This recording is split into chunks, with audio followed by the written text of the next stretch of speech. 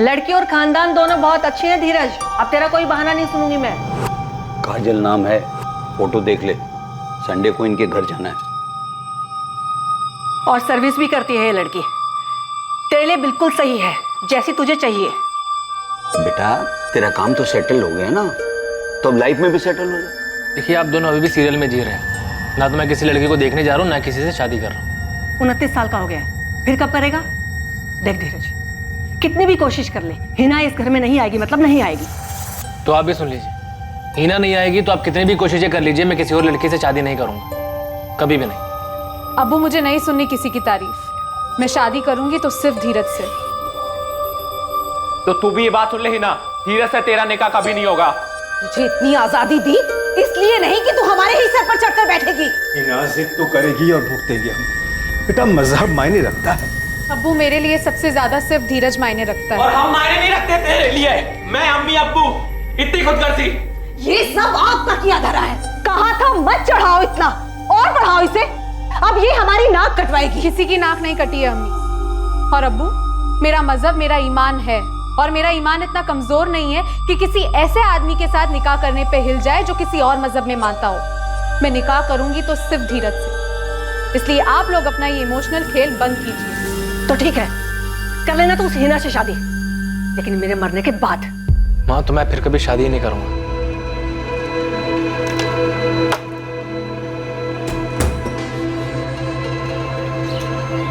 बहुत थक गया हूँ हिना। मैं भी। हमें चुनो या धीरज को चुनो, पूरी जिंदगी अपनी शक्ल मत दिखाना। अभी ये धमकियां बर्दाश्त नहीं होती है धीरज। माँ ने भी धमकी दी है, तुमसे शादी की तो वो कुछ कर लेंगी। कभी सोचा नहीं था कि लाइफ में ये सब भी देखना पड़ेगा। आज स्टॉक मार्केट बहुत ऊपर चढ़ा, क्लाइंट से अच्छी खासी ब्रोकरेज मिली है, सब खुश थे। मेरे लिए इन सब खुशियों के कोई मायने ही नहीं है। हिना पता नहीं ये सब लोग हमें एक साथ जीने भी देंगे या नहीं। अगर साथ जीने नहीं देंगे तो जिंदगी जीने का क्या मतलब है धीरज? ऐसे में हमारे पास एक होने का सिर्फ एक ही रास्ता है हिना, हम एक साथ मर जाते हैं। उन्हें प्रॉब्लम तो हमारे एक साथ जीने से है ना।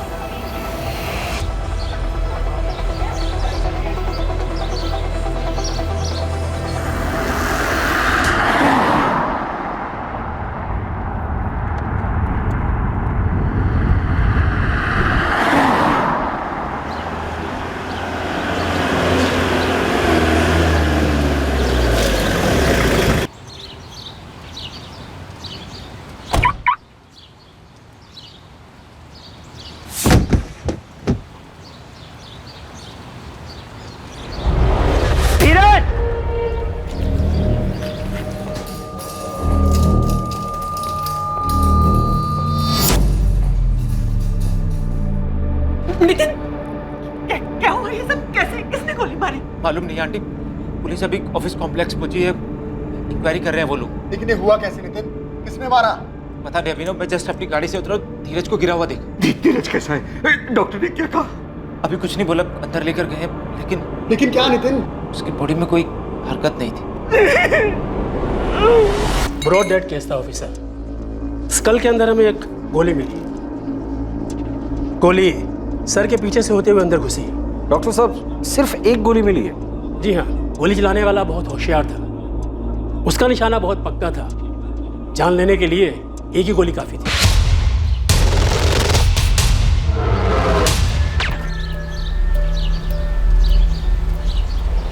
तुझे पता नहीं चला गोली कहाँ से चली? नहीं सर, गोली चलने की तो आवाज ही नहीं आई, हमने सिर्फ धीरज सर को गिरते हुए देखा। आप किसी से ही पूछ लो। हाँ सर, हमने भी सिर्फ गिरते हुए देखा। ताज्जुब है सर, गोली चली लेकिन आवाज नहीं आई। टेरेस है? हाँ सर, और कॉम्प्लेक्स में सीसीटीवी भी लगे हैं। ऑफिस कॉम्प्लेक्स के secretary Ghanshyam ji CCTV footage देख रहे हैं, और उन्हें भी समझ नहीं आई गोली कहाँ से चली है।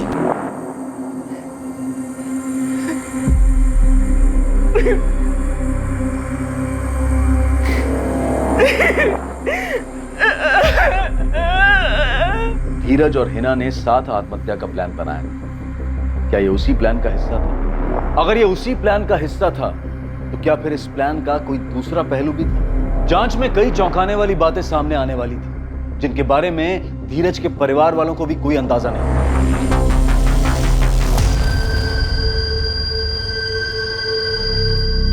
हाय रशिका। तुम्हें कुछ पता चला? कोई कॉल या मैसेज? किसका कॉल या मैसेज? वो धीरज धीरज को गोली लगी है। हाँ? कहाँ हुआ ये रशिका? हाँ? बोलो, बता क्यों नहीं रही हो? धीरज के पार्टनर नितिन का मैसेज आया था मुझे, इसलिए तुम्हें बताने को कहा। धीरज इज नो मोर। हिना, हिना, धीरज को गोली मार दी गई। ये खास वजह जो आप लोगों को पता है। धीरज, धीरज कहाँ है? हाँ? तुम यहाँ पर खबरदार, जो मेरे बच्चे के पास जाने की कोशिश भी की तो जो कुछ भी हुआ सिर्फ इसकी वजह से हुआ। इसने मारा सिर्फ मेरे बच्चे को। खूनी है ये सर, खूनी है, इसने मारा मेरे बच्चे को।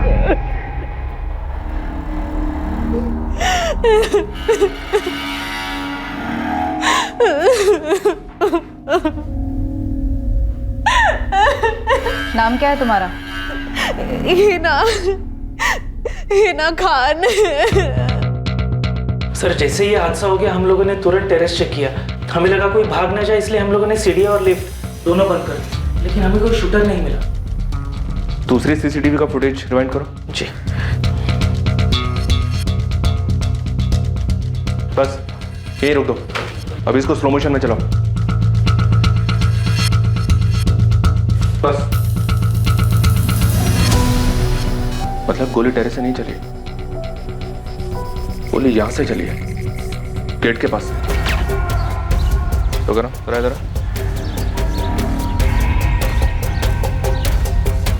गोली वहां से चली है, वो जो गेट के पास ग्रिल है वहां से।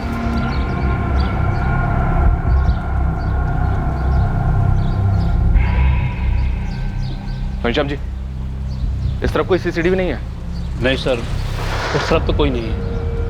तुम्हारी ड्यूटी तो यहीं पर है, फिर भी तुमने नहीं देखा? सर मेरी ड्यूटी गेट पर है और मेरा ध्यान भी उस तरफ रहता है। मुझे पता ही नहीं चला गोली कहाँ से चली। मतलब गोली चलाने वाले को पता था कि तुम्हारा ध्यान उस तरफ रहता है और यहाँ कोई सीसीटीवी नहीं है। तनुश्री, तुषार, तुम दोनों धीरज के ऑफिस में काम करते हो ना? जी सर। Yes sir. कोई अंदाजा है तुम लोगों को ये काम किसने किया होगा? टाइम और स्पॉट चूज करके गोली मारी गई। तुम्हारे बॉस धीरज का तो रूटीन होगा ना, उसी टाइम पे आना और गाड़ी यहाँ पार्क करना। सर धीरज सुबह 8:45 तक ऑफिस पहुँच जाते थे और हम लोग भी स्टॉक मार्केट खुलने के 45 मिनट पहले तक ऑफिस पहुँच जाते हैं, ये कोई 8:30 तक। सर रोज मंडे टू फ्राइडे धीरज इसी समय पर आते थे, लेकिन हमें इस बात का बिल्कुल आइडिया नहीं है कि ये सब किसने किया होगा। मेरा बेटा धीरज और हिना दोनों आपस में शादी करने की जिद पर अड़े हुए थे। हिना और उसकी फैमिली ने मारा सर मेरे बच्चे को। कितकी जी, हीना और उसकी फैमिली से हम जरूर पूछताछ करेंगे। नहीं सर, ऐसे पूछताछ करने से नहीं बताएंगे वो। सर उन्हें जेल में डालकर उनकी हड्डियां तोड़ दीजिए। उस हिना ने पता नहीं क्या किया, मेरे बच्चे को 5 साल से अपने वश में कर रखा था। पता नहीं ऐसा कौन सा जादू कर रखा था कि मेरा बेटा कुछ भी करता था तो समझ में नहीं आता था उसे। अबू, अब देखिए मैं। हाँ बेटा। सुना आपने, धीरज को किसी ने गोली मार दी है। क्या बात कर रहा है तू?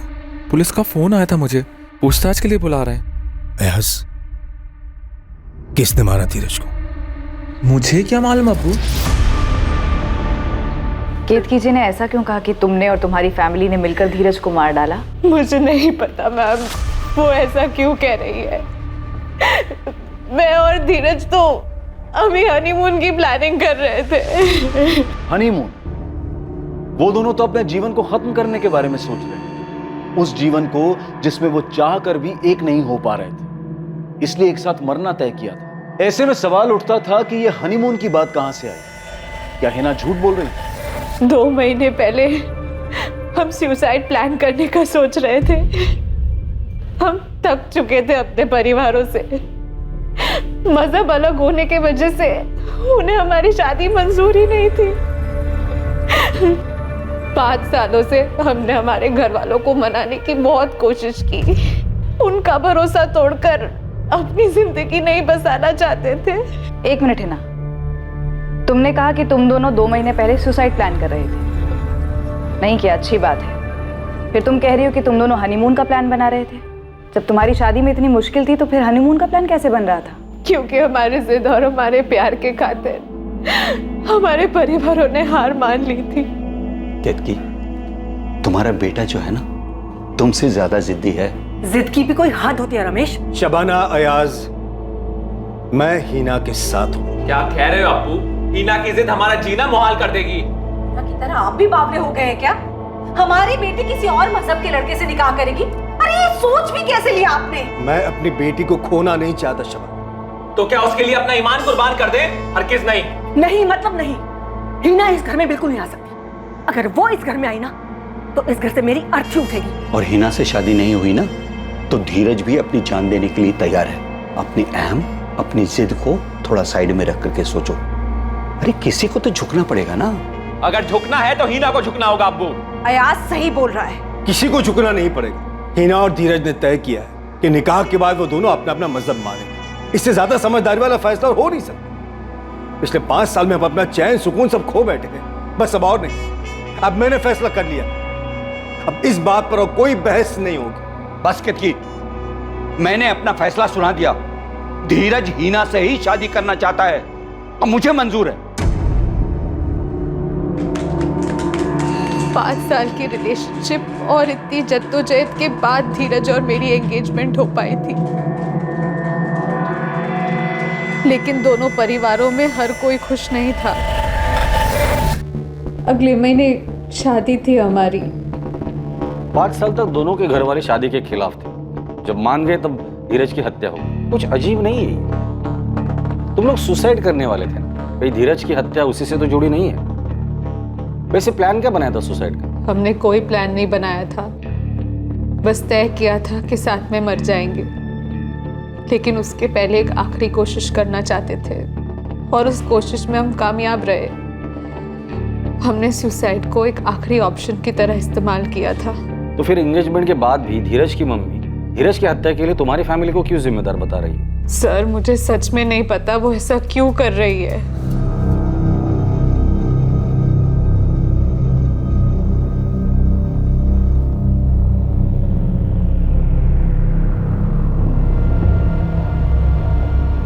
तू यहाँ भी आ गई?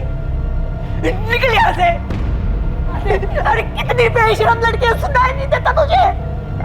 मैंने कहा ना छोड़ वहां से और अपनी शक्ल मत दिखाना मुझे। मैं आपको बताया ना, हमें कुछ नहीं पता इस बारे में। और आपको क्या पूछना है? अयाज, तुम, तुम्हारी अम्मी शबाना और अब्बू कलीम तीनों मुझे 15 मिनट के अंदर पुलिस स्टेशन में चाहिए। अगर नहीं पहुंचे तो हम वहां पहुंचेंगे और घसीट कर पुलिस स्टेशन लेकर आएंगे। लो भुगतो अब्बू। अभी तक पुलिस धीरज के कत्ल का इल्जाम लगा रही थी, अब धमकी दे रही है। अब हम लोग कितना भी बोल लें कि हमने कुछ नहीं किया है, वो हमारी नहीं मानने वाले।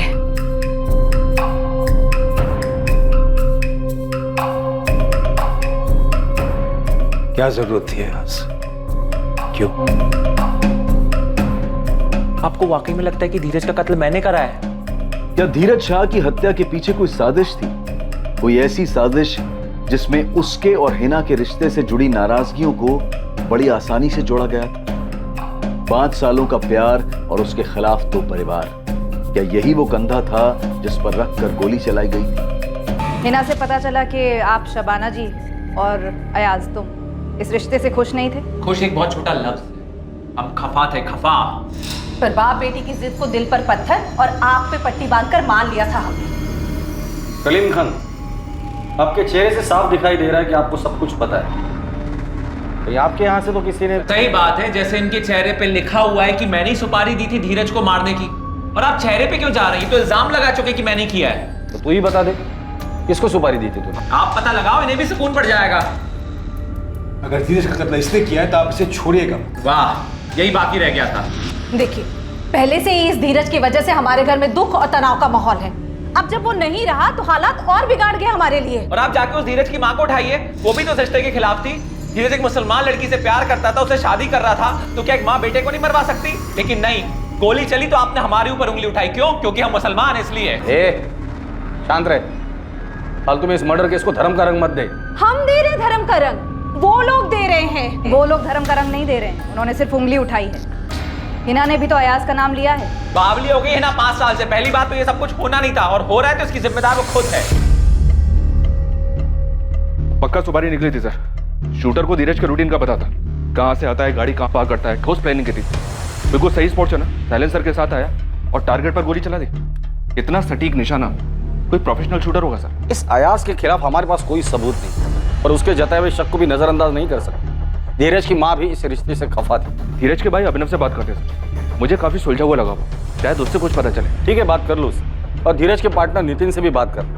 हो सकता है धीरज ने नितिन को कुछ बताया हो कि दोनों परिवारों का धीरज और हिना की शादी के लिए मान जाने के बाद भी उसे अयाज से कोई डर था। आप मुझसे पूछ रही है मेरी माँ ने धीरज की सुपारी दी उसको जान से मरवाने के लिए, वो भी अपने सबसे लाडले बेटे को। तुम्हारी माँ ने तुरंत हिना और उसकी फैमिली का नाम लिया, क्यों? बेवजह कुछ नहीं कहा उन्होंने। इस रिश्ते की रजामंदी में हिना की माँ और भाई दोनों खुश नहीं थे, ये साफ तौर पर दिखाई दे रहा था। अम्मी, हिना कहाँ है? रशिका के यहाँ रुकी हुई है। समझा उसको, बोल कि घर वालों के साथ नाटक ना करे। सुनेगी वो? कभी सुनी है उसने हमारी? और एक तेरे अब्बू। अयास, तेरे फोन रिकॉर्ड से पुलिस कोई केस तो नहीं बना बैठेगी? अम्मी, तुझे भी लगता है कि धीरज का कत्ल मैंने करा है? और वैसे भी फैमिली के खिलाफ सोचेगी तो बोलेगी भी वैसे ही, और तू भी यही सोच। ज्ञान मत झाड़ो कि धीरज और हिना खुश थे। नितिन, अनुष्य, तुषार, मुद्दे पर आओ और वो बताओ जो तुम तीनों जानते हो। सर, वो नितिन ने हमें एक बात बताई। सर सिर्फ डाउट है, कुछ पक्का नहीं है। अच्छा पक्का हम देख लेंगे, तुम बस बताओ। सर थोड़ा कंफ्यूज्ड हूँ। एक भाई दूसरे भाई को मार सकता है? भाई मत, अभिनव की बात कर रहे हो? अभिनव, तुमको इम्पोर्टेंट बात बताना तो नहीं भूल गए? नो मैम, आप मुझसे मेरी माँ के बारे में पूछ रही हैं और आप चाहती हैं कि मैं आपको ये बताऊं कि मेरी माँ ने सुपारी दी धीरज को मरवाने की। मैं आपको सब कुछ पहले ही बता चुका हूँ और वैसे भी मैं अपनी वाइफ के साथ अलग रहता हूँ। मैं सिर्फ इतना जानता हूँ कि माँ ऐसा नहीं कर सकती। काम क्या करते हो तुम? स्टॉक ब्रोकर हूँ मैं भी, अलग ऑफिस है मेरा। अभी यहाँ तुम्हारा कोई स्टाफ नहीं है, बताओ क्या बात है? धीरज से धंधा अलग होने के बाद अभिनव काफ़ी नाराज़ था। कौन सा धंधा? ये स्टॉक ब्रोकिंग वाला? हाँ सर, 2 साल पहले तक दोनों पार्टनरशिप में काम करते थे, फिर अलग हो गए दिल में कड़वाहट लेकर। फिर मैं धीरज का पार्टनर बना। ऐसे बात करेगा तो अपने भाई से? अभिनव, धंधा रिश्ता देख कर नहीं चलता है। बिजनेस में सबसे पहले प्रॉफिट मायने रखता है। अंदाजे हर बार सही नहीं होते हैं और ऐसा पहले भी होता आया है जब हमारे किसी स्टॉक ने अंदाजे के हिसाब से परफॉर्म ना किया हो। अभिनव, पर मैं ऐसे तुम्हारे अंदाजे पर पैसा नहीं गवा सकता हूँ। मैं? इस बिजनेस में हमसे मैं कैसे हो गया? मैं इसलिए क्योंकि इस बिजनेस में 70% इन्वेस्टमेंट मेरा है। इतना बड़ा कैपिटल मैं लेकर आया था, पैसे मेरे खर्च हो रहे हैं। और वैसे भी कंपनी चलाने के जो तुम्हारे आइडियाज है ना, वो पुराने हो चुके हैं। मार्केट की समझ नहीं है तुम्हें? मुझे समझ नहीं है मार्केट की। हाँ नहीं है, क्योंकि तुम्हारे पुराने तौर तरीकों से अब काम नहीं चलता है। आज के टाइम पे मार्केट में ज्यादा एक्सपीरियंस नहीं, बल्कि फंड्स को संभालने के लिए नॉलेज चाहिए। जाना है तो जाओ, लेकिन ये फालतू के इमोशंस यहाँ मत दिखाओ। अभिनव ने धंधा ही अलग नहीं किया, बल्कि अपनी वाइफ के साथ दूसरे घर में भी रहने चला गया। और अब अपने भाई धीरज से बदला लिया। मुझे नहीं लगता कि धीरज को हिना के रिश्ते की वजह से कोई मार सकता है। वो झगड़ा तो पहले ही ख़त्म हो गया था। अगर इस वजह से धीरज को मारा होता तो ये काम पहले भी हो जाता। इसमें 5 साल थोड़ा लगते सर।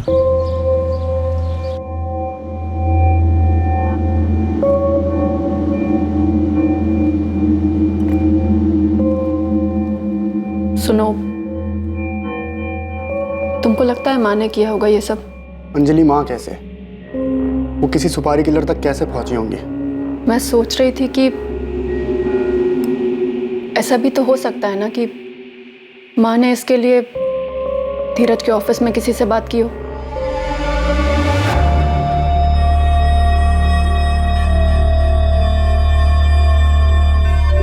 तुझे कुछ अजीब नहीं लगा?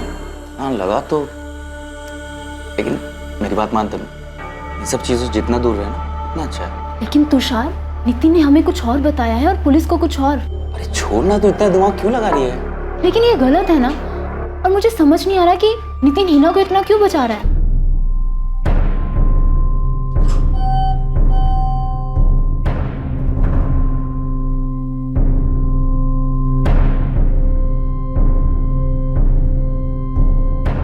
धीरज पर गोली चलाने वाला पुलिस की रडार से अभी तक कोसों दूर था।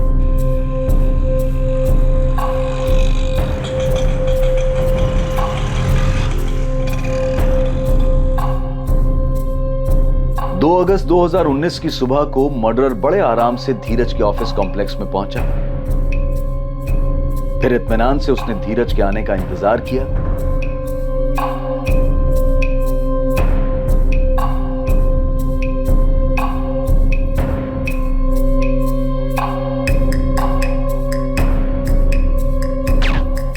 वो जो काम करने आया था उसे बड़ी ही सफाई से अंजाम दिया, टारगेट पर निशाना लगाया और निश्चित होकर वापस चला गया। ये कत्ल आखिर किसके कहने पर अंजाम दिया गया था?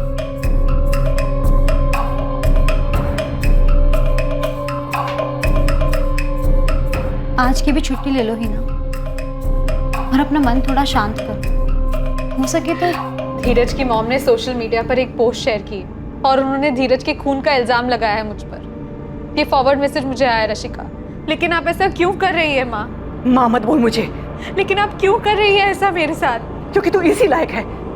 जान लिया तूने मेरे बेटे की। मैंने कुछ नहीं किया है आंटी। आपने तो धीरज को मुझे आखिरी बार देखने भी नहीं दिया। आप नहीं समझ सकती मेरे दुख, मेरे तकलीफ को। मैं प्यार करती थी उससे, लेकिन आप ये शायद कभी जान ही नहीं पाएंगी। और मैं जानना भी नहीं चाहती। मेरे बेटे को छीना तूने मुझसे। मरने के बाद सीधा नर्क में जाएगी। और जब तक जिंदा है ना, तेरी जिंदगी को नर्क मैं बना दूं। हाँ? क्यों? क्यों मारा धीरज को? हिना, हिना, ये मेरी और धीरज की जिंदगी थी। मैंने कभी तेरी जिंदगी में दखल दी? मार डालूंगी तुझे आज मैं। क्या कर रही हो हिना तुम? ये मेरी जिंदगी थी अबू। मैं कभी तेरी जिंदगी में नहीं आया, बल्कि उस कमीने धीरज की वजह से तूने हम सब की जिंदगी जहन्नुम बना दी थी। अच्छा वो मर गया वो धीरज। उस कमीने की वजह से तू हम सब से, अपने परिवार से दूर हो गई थी। हिना, तुम आओ मेरे पास। बैठ रही हो, संभालो अपने आप को। कैसे संभालो अब्बू? हाँ तो जो बोया उसको काटना। अब जो भुगत रहे थे और अब भी भुगत रहे, उसका एहसास है तुझे? बस करो शबाना। बस करो तो इसे बोलना चाहिए था आपको बहुत पहले। और तू मेरा गिरेबान पकड़ रही है। मैं रात भर पुलिस स्टेशन में था, तेरा नाम उछाला जा रहा है। उन्होंने मुझे मुजरिम मान लिया है और वहां जाके मालूम क्या पड़ता है कि धीरज का खून उसके भाई अभिनव ने करा है। हाँ, माँ बाप सब मिले हुए हैं। भाई ने भाई का खून करा है और वो रोटियां हम पर सेक रहे हैं। जब तक हमारे सवालों के जवाब नहीं मिलते तो कहीं नहीं जाने वाला। बैठ। पहले सबूत ढूंढिए फिर सवाल कीजिए मुझसे। तुम्हारी अपनी भाई के साथ रंजिश, अपनी माँ के साथ अनबन। अच्छा मौका मिला तुझे धीरज और हिना के रिश्ते के कंधे पर बंदूक रखकर गोली चलाने का। हाँ ठीक है, मैंने मारा धीरज को। गया उसके ऑफिस, निशाना लगाया, चला दी गोली। खुश? हीरो, तेरे भाई का मर्डर हुआ है, कोई फूड डिलीवरी नहीं हुई जो हम खुश हो जाएंगे। बैठ जा चुपचाप।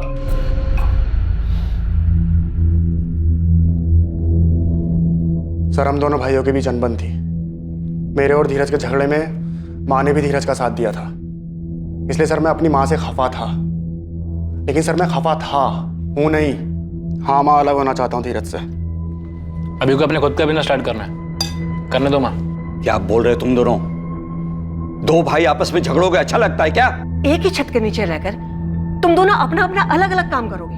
ये कंपनी साथ में शुरू करने की बात हुई थी ना? एक छत के नीचे नहीं माँ, मैं और अंजलि दूसरे घर में शिफ्ट हो रहे हैं। अरे ऐसी क्या बात होगी? कौन सा बड़ा झगड़ा हो गया कि हमसे पूछे बिना इतना बड़ा फैसला ले लिया तुम लोगों ने? बस 1 महीना और, मैं और अंजलि दूसरे घर में शिफ्ट हो जाएंगे। वैसे भी इसके अहंकार से थक चुका हूं मैं।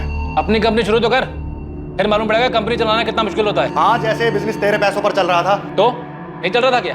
धीरज, अभिनव, चुप हो जाओ तुम दोनों। क्या हो गया तुम दोनों को? कुछ नहीं हुआ है, जो गलत हो रहा था उसे सुधार दिया जाएगा अब। अभिनव, तुम अपने भाई के साथ ऐसा क्यों कर रहे हो? और अंजलि, तुम्हारी हिम्मत कैसे हुई इसकी बात मानने की? माँ, हमने साथ में तय किया धीरज को अकेले उनका बिजनेस करने दिया जाए। वैसे भी उनका बिजनेस और हिना को पाने की कोशिश अकेले ही करे। हमारे बस में नहीं अब उनका साथ देना। 1 मिनट, ये हिना का नाम बीच में क्यों आ रहा है? हिना का नाम मत लो अंजलि, वैसे भी अब बस 1 महीने की बात और है। नहीं, ये अंजलि हिना का नाम बीच में क्यों ला रही है? बस करो धीरज, ऐसी बहुत सी बातें हैं जिसे मैं बीच में लेकर नहीं आ रहा हूं। और अंजलि ने हिना का नाम लिया, उसके लिए मैं सॉरी बोलता हूं तुम्हें। ये क्या बोल कर गया धीरज? पता नहीं माँ, मुझे फर्क भी नहीं पड़ता है। करने दो उसे जो करना है। सर मैं उस इंसिडेंट से बाहर आ चुका हूं। आज मेरे पास अपना घर है, टाइम पर EMI भर रहा हूं। सर अगले साल बच्चे की प्लानिंग भी की है। सर आप बताइए मेरे पास उसको मारने का क्या कारण है? तुमने कहा कि बहुत सी चीजें तुमने बीच में नहीं लाई, क्या थी वो चीज? सर अब क्या मतलब उस बारे में बात करके? मेरा भाई अब रहा नहीं। और वैसे भी सर धीरज और मेरे बीच जो अनबन थी वो बिजनेस को लेके ही थी। और रही बात घर छोड़ने की, तो वो घर 5 लोगों के लिए बहुत छोटा था सर। पर वो बहुत सी चीजें क्या थी अभिनव जो उस दिन तुमने नहीं कही? नितिन था सर। नितिन और धीरज दोनों बैचमेट्स थे। जब हमारा झगड़ा हुआ मैं तभी समझ गया था सर कि धीरज मुझे आउट करके नितिन को इन करना चाहता है। और तू आउट नहीं होना चाहता? और धीरज और मेरे झगड़े के बारे में भी आपको नितिन नहीं बताया होगा सर, राइट? तुम ये कहना चाह रहे हो कि नितिन ने ये झांसा दिया?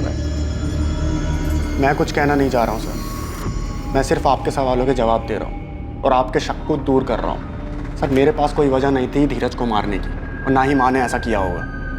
सर माँ को प्रॉब्लम थी तो हिना से थी, जो कि 5 सालों से थी। और सर मेरा भाई कोई दूध पीता बच्चा नहीं था। दूध पीता बच्चा मतलब कहना क्या चाहते? मतलब सर ऐसे कैसे हो सकता है कि कोई एक दिन आता है और धीरज को गोली मार देता है? सर धीरज को कुछ तो अंदाज़ा हुआ होगा कि उसके साथ कुछ गलत हो सकता है। और हिना और नितिन ये दोनों सबसे करीब थे उसके। तो ये कैसे हो सकता है कि उसने हिना और नितिन को कुछ ना बताया हो? बताया होता तो हिना और नितिन के पास क्या कारण था इस बात को छुपाने? अजीब है सर, ये नितिन अभिनव पे बॉल फेंक रहा है और अभिनव वापस नितिन पे बॉल फेंक रहा है। लेकिन इस नितिन के पास क्या मोटिव हो सकता है अपने ही पार्टनर को मरवाने का? धीरज को गोली लगी। हाँ? धीरज के पार्टनर नितिन का मैसेज आया था मुझे, उसने तुम्हें बताने को कहा है। लेकिन ये हुआ कैसे नितिन? किसने मारा? पता नहीं अभिनव, मैं जस्ट अपनी गाड़ी से उतरा, धीरज को गिरा हुआ देखा। सर नितिन और धीरज के बीच पार्टनरशिप में कोई गड़बड़ हो सकती है, या फिर हिना के साथ कोई गड़बड़? सर हिना की फैमिली के साथ अभिनव की फैमिली के भी सारे फोन रिकॉर्ड्स छान मारे, लेकिन लगता नहीं कि इसमें कुछ गड़बड़ है। ना ही कोई सस्पिशियस फोन कॉल्स हुए हैं और ना ही पैसे को लेकर कोई लेन देन की बात जिससे सुपारी किलिंग का शक। हमारे पास अभी तक शूटर्स की कोई खबर नहीं है। खबरी नेटवर्क क्या कर रहा है? वो लोग भी काम पर लगे हुए हैं सर। बहुत से सुपारी ग्रेड्स का पता किया उन लोगों ने, लेकिन धीरज के नाम की सुपारी निकालने की मार्केट में कोई खबर नहीं है। हिना के भाई अयाज को भी ठीक से चेक किया, लगता नहीं कि उसका इसमें कुछ हाथ होगा। लेकिन किसी ना किसी का तो हाथ जरूर है। एक काम कर सकते हैं सर, ये नितिन और हिना इन दोनों से अलग अलग पूछते हैं। अभिनव का शक बेवजह नहीं होगा। धीरज ने इन दोनों को कुछ ना कुछ तो बताया होगा। अगर धीरज ने नितिन और हिना को कुछ बताया होगा तो ये लोग हमसे क्यों छुपा रहे हैं?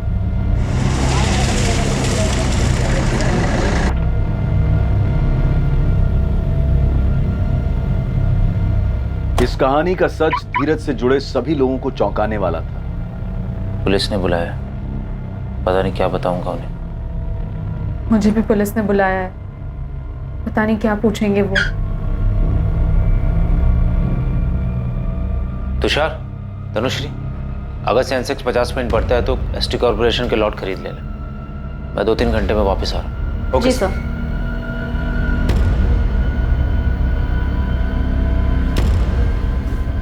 तुषार, नितिन का चेहरा देखा तुमने?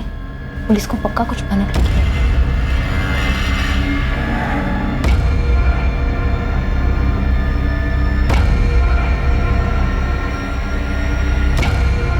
5 साल का रिश्ता हिना और धीरज के बीच, क्या इस रिश्ते में तनाव आ गया था? कोई खटास थी या किसी धोखे की संभावना थी? क्या दोनों में से किसी एक की कोई ऐसी सच्चाई थी जो दूसरे को नहीं पता थी? तुम्हारे और हिना के बीच क्या खिचड़ी पक रही थी? कुछ नहीं पक रहा था सर, कैसी बात कर रहे हैं? आपको इसलिए शक हो रहा है ना क्योंकि मैंने रशिका से हिना को धीरज की मौत के बारे में बताने के लिए कहा था। सर मैंने रशिका को इसलिए फ़ोन किया था क्योंकि हिना का फ़ोन बिजी आ रहा था और मैं नहीं चाहता था कि मैं उसे मैसेज करके ये बताऊं धीरज अब नहीं रहा। 5 सालों से धीरज और हिना साथ थे पर एक नहीं हो रहे क्योंकि दोनों फैमिली शादी के लिए तैयार नहीं। दोनों अलग होने ही वाले थे तब तुम्हारी एंट्री हो जाती, फिर तुम्हारा और हिना का किस्सा शुरू हो जाता है। लेकिन अचानक से तुम्हारे लिए सारा मामला गड़बड़ा जाता है क्योंकि दोनों फैमिली शादी के लिए तैयार हो जाती। हिना को पाने के लिए तुम्हारे पास और कोई रास्ता नहीं बचता, पर तभी अचानक धीरज ये रास्ते से हट जाता है। वाह सर, क्या कहानी बनाई है। मेरी तो ये समझ में नहीं आ रहा है कि मेरे और हिना के बारे में आपने सोचा भी क्यों? एक मिनट के लिए भूल जाइए मैंने धीरज को मरवाया हो। अगर मेरे और हिना के बीच में कुछ होता, धीरज को पता नहीं चलता, वो ये होने देता? धीरज हिना से कभी नहीं पूछता, वो आपको नहीं बताती। हो ही नहीं सकता कि धीरज की जान को खतरा हो और उसने तुम्हें ना बताया। मुझे नहीं लगता कि ऐसा कुछ था, और अगर था भी तो धीरज ने मुझे कभी कुछ नहीं बताया था। और जहाँ तक बात मेरे भाई अयास की है, मुझे सच में नहीं पता कि उसने कुछ किया है या नहीं। पर तुमने नितिन के बारे में तो कुछ बताया ही नहीं। क्या बताऊं नितिन के बारे में? और नितिन के बारे में बताने जैसा क्या है मैम? वो पहले धीरज का दोस्त था और फिर पार्टनर बना। बस पहले आप मुझे अभिनव के बारे में पूछ रहे थे, अब नितिन के बारे में पूछ रहे हो। आपको लगता है कि मेरा और नितिन का अफेयर था, है ना? और धीरज की मौत इसीलिए हुई क्योंकि वो मेरे और नितिन के बीच में आ रहा था। धीरज की लाइफ में सिर्फ 2 ही प्रॉब्लम्स थी। पहली प्रॉब्लम तुम्हारे साथ रिश्ता, जिसमें किसी की रजामंदी नहीं थी, कोई खुश नहीं था। और दूसरी प्रॉब्लम अभिनव और धीरज के बीच अनबन, जो 2 साल पहले उनके अलग होने पर हुई थी। अब इन दोनों ही प्रॉब्लम्स में हमें धीरज के कत्ल का कोई सुराग नहीं मिला। तो मैं क्या करूं सर? मैंने उस शख्स को खोया है जिससे मैं सबसे ज्यादा प्यार करती थी। हमारे रिश्ते में काफी अप्स एंड डाउन्स आए और बीच में तो हमने ब्रेकअप भी कर लिया था, लेकिन फिर हम दोबारा एक हुए। जिंदगी ने हमें एक और मौका दिया और हमारे रिश्ते की अड़चनें दूर होने लगी। और फिर धीरज का कत्ल हो गया। तुमने अभी कहा था कि तुम दोनों का ब्रेकअप हो गया था। हाँ हुआ था। अब आपको डेट, प्लेस, टाइम सब चाहिए? बिल्कुल चाहिए। कब हुआ था ब्रेकअप? 2 साल पहले। हम खुश नहीं थे क्योंकि हमारी फैमिलीज खुश नहीं थी इस रिश्ते से, इसलिए हमने तय किया था कि अलग हो जाते हैं। लेकिन ज़्यादा दिनों तक दूर नहीं रह पाए, इसलिए साल भर में दोबारा साथ आ गए। कितना भी घुमा फिरा के पूछ लीजिए, मैं आपसे यही कहूंगा कि आपका अंदाजा गलत है। हिना और धीरज के बीच में मैं कभी था ही नहीं, और अगर मेरे मन में ऐसा ख्याल भी आता ना, हिना कभी ऐसा नहीं करती। हिना इस रिलेशनशिप में धीरज से ज्यादा कमिटेड थी। हिना धीरज से ज्यादा कमिटेड थी मतलब कहना क्या चाहते? सर हिना का धीरज के अलावा किसी से अफेयर नहीं था। किसी से मतलब मुझसे भी नहीं। मतलब धीरज का अफेयर था? सर अभी तक आप मेरे और हिना के अफेयर के बारे में अंदाजा लगा रहे थे, अभी वो क्लियर हो। अब आप धीरज का अफेयर ढूंढ रहे हैं। हिना धीरज से ज्यादा कमिटेड थी, इसका मतलब धीरज की तरफ से इस रिश्ते में ढील थी। तुमने ही कहा ऐसे। धीरज का किसके साथ अफेयर था? तो कोई अफेयर नहीं था। धीरज हिना से थोड़े टाइम के लिए अलग हुआ, इस बीच में उसने एक लड़की को डेट किया, वो कोई अफेयर नहीं था। किसको डेट किया? सर आप सवाल पूछ पूछ कर मुझे परेशान कर रहे हैं। धीरज मर्डर केस पर अखबार वाले रोज नई कहानी छाप रहे हैं, धार्मिक रंग दे रहे हैं उसे, और अभी तक हमारे पास कोई सबूत नहीं।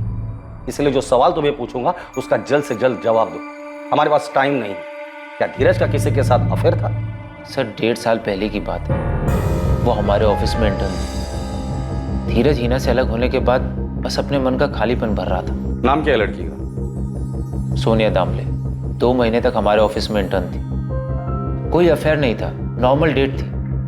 वो साफ दिखाई देता था धीरज उसके साथ कमिटेड नहीं है। सोनिया दामले का नंबर चाहिए मुझे, तुम्हारे रिकॉर्ड में तो होगा ही। हाँ सर, हमारे ऑफिस कॉम्प्लेक्स में एक ब्रोकिंग कंपनी में काम करते, 4th फ्लोर पर। लेकिन सर 2 साल पुराने अफेयर का धीरज के मर्डर से क्या ताल्लुक? वो हम देख लेंगे, तुम सिर्फ सोनिया का नंबर दो। सर सोनिया को बुला लिया है, वो 1 घंटे में यहाँ होगी। मुझे लगता है धीरज मर्डर केस का ताल्लुक हिना या उसके फैमिली से नहीं, बल्कि इस 1.5 साल पुराने रिलेशनशिप से, जो अब तक हमसे छुपी हुई थी, और इसलिए इस केस में हमें कोई लीड नहीं मिल रही थी। डरने की जरूरत नहीं है, सिर्फ इतना बता दो, धीरज याद है तुम्हें? तुम दोनों डेट करते थे जब तुम उसके ऑफिस में इंटर्न थी। याद है सर, इंटर्नशिप के बाद भी हम कुछ टाइम तक मिलते थे। 2 अगस्त को जब धीरज को गोली लगी, तुम अपने ऑफिस में थी? जी सर, मैं ऑफिस में ही थी, और सुना मैंने ऑफिस वालों से। अच्छा, जब तुम लोग डेट करते थे वो कैसी डेट? मतलब ओके ओके टाइम पास वाली या फिर सीरियस? मेरी तरफ से सीरियस था सर। सीरियस मतलब कितना सीरियस? Long term? शादी? मैंने तो हमेशा शादी के बारे में ही सोचा था। पर आप लोग ये सब क्यों पूछ रहे हैं? मुझे नहीं पता कि धीरज को किसने मारा। 5 महीने की डेटिंग थी, उसके बाद नवंबर 2018 में हम अलग हो गए। 5 महीने? तो रिलेशनशिप फिजिकल भी रहा होगा। सॉरी मैम, पर ये मेरा पर्सनल मामला है, आपको ये क्यों जानना है? अच्छा, ब्रेकअप किसने किया था, तुमने या धीरज ने? हम दोनों अपनी मर्जी से अलग हुए थे, मुझे आगे कंटिन्यू नहीं करना था। उसका हिना के साथ पैचअप हो गया था। जब धीरज से डेट कर रही थी तुम्हें हिना के बारे में पता था? बिल्कुल नहीं सर, मुझे कोई अंदाजा नहीं था। हिना के नाम का बॉम्ब उसने अचानक से फोड़ा। सोनिया, मैं मानता हूँ कि मेरी गलती थी कि मैंने तुम्हें हिना के बारे में नहीं बताया, और वैसे भी हमारे बीच सब कुछ खत्म हो गया था, तो क्या बताता तुम्हें? तो तुमने मुझे रिश्तों के खाली गैप को भरने के लिए इस्तेमाल किया। मेरे साथ सिर्फ तब तक थे जब तक तुम्हारे और हिना के बीच सब ठीक नहीं हो जाता। नहीं सोनिया, ऐसी बात नहीं है। देखो, हमने एक दूसरे के साथ काफी अच्छा टाइम स्पेंड किया है। तुमने ऑफिस में काम सीखा, हम साथ में थे, तुम्हारी भी हेल्प हो गई। कितनी घटिया सोच है तुम्हारी धीरज। तुमने मुझे पहले कभी नहीं बताया कि तुम इतने लंबे वक्त तक किसी के साथ रिलेशनशिप में थे, और अब आज अचानक से ये बोल रहे हो तुम्हारी सो-कॉल्ड पुरानी गर्लफ्रेंड वापस आ गई है। I am so sorry Sonia. देखो, अगर तुम इस रिलेशनशिप को कंटिन्यू करना चाहती हो तो मुंह बंद रखो अपना, जस्ट शट अप। बहुत तकलीफ हुई। उसने कभी नहीं बोला कि वो हमारे रिलेशनशिप को लेकर सीरियस नहीं था, पर मैं जानती थी एक बात को लेकर बैठने का कोई फायदा नहीं है, इसलिए मैंने अपनी लाइफ और अपने काम को लेकर मूव ऑन कर लिया। इतनी आसानी से? ऐसे ही? हाँ सर। आप लोगों को क्या लग रहा है मैं कोई ठुकराई हुई प्रेमिका हूँ जो बदला लेना चाहती थी, और इस बदले के लिए मैंने धीरज पर गोली चलवा दी? क्यों? ऐसा होना पॉसिबल है ना? नहीं सर, मैंने उसे नहीं मारा। तुम्हारा अभी कोई बॉयफ्रेंड है? धीरज के केस से इसका कोई लेना देना है? सर, अब मैं धीरज से बिल्कुल भी कनेक्टेड नहीं हूँ, और ये मेरा पर्सनल मैटर है जिसमें किसी और को कोई इंटरेस्ट नहीं होना चाहिए। सर, क्या अब मैं जा सकती हूँ? चलो। एक और बात सर। बोलो। शायद हिना और धीरज की एंगेजमेंट हो गई थी। उसकी ऑफिस की कलीग तनुश्री से सुना। सही सुना तुमने। उसे कोई फर्क नहीं पड़ा था, बहुत ही घटिया आदमी था वो। मतलब? 6 महीने पहले मैंने धीरज के ऑफिस कॉम्प्लेक्स में एक दूसरा ऑफिस ज्वाइन किया। बस यही दुआ करती थी कि धीरज से ना टकराऊं, पर ऐसा हुआ नहीं। हम टकराए, और इस ढीठ इंसान ने मुझे कहीं बाहर चलने को बोला। कहीं मिलते हैं? बाहर में जाओ। सोनिया, गोल्डन टाइम था ना वो। आपने पूछा था ना कि हमारे बीच कुछ हुआ था या नहीं? हाँ, हुआ था। वो जब भी मिलता तो बोलता फिर से करते हैं। कब की बात है ये? अभी 1 महीने पहले की। अच्छा, अगर मैं तुम्हारे पेरेंट्स को बता दूं कि हमारे बीच क्या क्या हुआ है तो क्या होगा? मुझे नहीं पता था कि मैं तुम्हारे जैसे घटिया इंसान के ऑफिस में इंटर्न थी। मैं हिना को बता दूं तुम्हारी इस घटिया सोच के बारे में? अरे मैं तो बस तुम्हारी टांग खींच रहा था। पर मैं तुम्हारी टांगें तोड़ दूंगी। मैंने उसी वक्त धीरज को बराबर कर दिया। धीरज के इस नेचर के बारे में हमारे पास कोई जानकारी नहीं थी। मुझे यकीन है सर, किसी को नहीं पता होगा, नितिन सर को भी नहीं। हो सकता है उसने मेरी तरह किसी और को भी हैरेस किया हो। ये कभी एक परफेक्ट मर्डर था ही नहीं। ये बस विक्टिम धीरज के मतभेद भरे जीवन की वजह से दबा हुआ, और जब इस अपराध की वजह और उसका असली मतभेद सामने आया तो वो कुछ ऐसा था जिसके बारे में कोई कल्पना भी नहीं कर सकता। सर, सोनिया के फोन रिकॉर्ड्स में करण पाटिल का नंबर है। दोनों की रोज बात होती है। बॉयफ्रेंड हो सकता है? कोई करीबी ही होगा, क्योंकि यहाँ से जाने के बाद भी सोनिया ने तुरंत उसी को फोन किया। करण, कहाँ है तू? घर पर ही हूँ यार, एग्जाम सर पे, मैंने कुछ पढ़ा नहीं है। शाम को मिलते हैं। कुछ पूछना है तुमसे। सर, एक और धमाका। ये नितिन नायकर से बात हुई अभी। उसने बताया कि करण पाटिल भी धीरज का इंटर्न था उसी टाइम पे जब सोनिया वहां थी।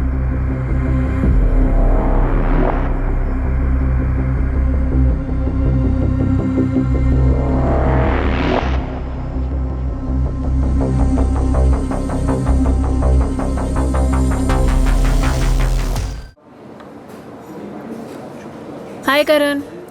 हाय। क्या हुआ? तू टेंशन में क्यों है? खाना क्यों नहीं खा रहा? कोई गलत स्टॉक मार्क किया क्या? नहीं, ऐसा कुछ नहीं हुआ। तू मुंह लटका कर क्यों बैठा है? सोनिया सुनो। बोलो।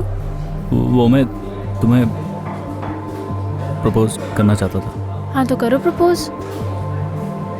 1 सेकेंड, मुझे प्रपोज? तुम्हें पता है ना मेरे और धीरज के बारे में? हाँ पता है, लेकिन तुम सीरियस हो धीरज के लिए? कैसी बात कर रहा है करण? टाइम पास के लिए डेट करूंगी? सॉरी।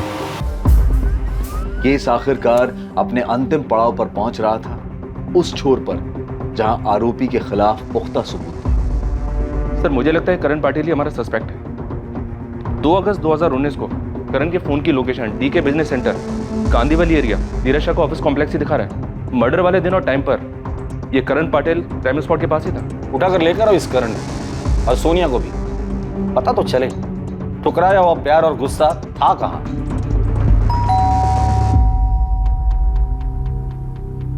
करण पाटिल यहीं रहता है? जी, बेटा है मेरा। बुलाइए उसे। करण, आया। इकडे ये। करण पाटिल, धीरज शाह को क्यों मारा तूने? क्या क्या बोल रहे हैं ये लोग? क्या किया है तूने? कोई गलती हुई है मैडम आपसे? गलती तो हुई है, लेकिन हमसे नहीं, आपके बेटे करण से। करण पाटिल, ये तुम्हारे कॉल रिकॉर्ड्स। जिस दिन धीरज का मर्डर हुआ था, तुम्हारे फोन की लोकेशन उसके ऑफिस के पास है। सुबह 8:15 से लेकर 8:55 तक सीसीटीवी में धीरज की एंट्री दिखती है 8:53 पर। बाजू वाले रूम में सोनिया है। तू खुद बताएगा या उसे तोड़कर पूछें? नहीं नहीं सर, सोनिया को कुछ नहीं पता। करण, कुछ पूछना है तुमसे। हाँ पूछो। सच बताना, कहीं तूने धीरज को तो नहीं मारा? करण, मैं कुछ पूछ रही हूँ। तुम कैसी फालतू बातें कर रही हो? मैं क्यों मारूंगा उसे? नहीं, बस एक बार कंफर्म करना था कि कहीं तूने धीरज को तो नहीं मार दिया। सोनिया कुछ नहीं जानती सर, मैंने उसे कुछ नहीं बताया। उसे नहीं बताया तो हमें बता दे, क्यों मारा धीरज? क्योंकि वो ऐसी मौत मरने के लायक था सर।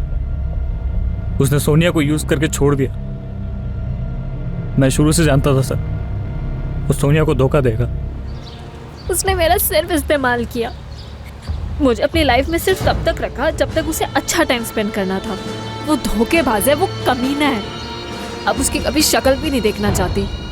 धीरज के धोखे के बाद वो टूट गई थी, बहुत तकलीफ हुई थी उसे। मैंने बहुत बार उसे वार्न किया था कि धीरज उसके लायक नहीं था, और आखिरकार उसे भी ये बात समझ आई, और ये भी समझ आया कि मैं उसे कितना प्यार करता हूँ। ये ऊपर वाले की मर्जी थी, तो धीरज ने सोनिया को धोखा दिया, और उसी धोखे के बाद वो मेरे पास आई।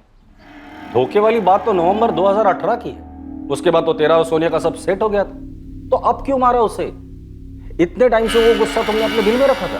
पुरानी बातें तो मैं भी भूल गया था सर, मगर वो धीरज अपनी हरकतों से बाज नहीं आ रहा था। धोखा देने के बाद भी मेरी गर्लफ्रेंड को ऐसा कैसे बोल सकता है वो? वो कमीना मिला था लिफ्ट में, पता है क्या बोल रहा था?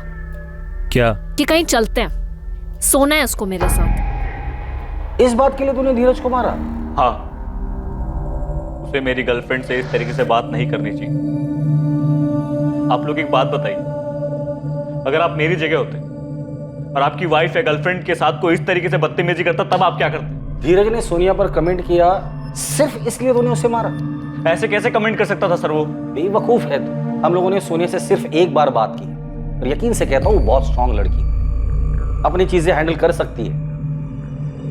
मानता हूँ धीरज ने जो कुछ भी कहा था वो भी गलत था।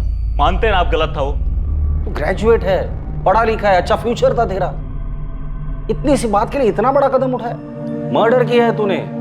इतनी सी बात नहीं थी सर, उसे इस तरीके से बात नहीं करनी चाहिए थी।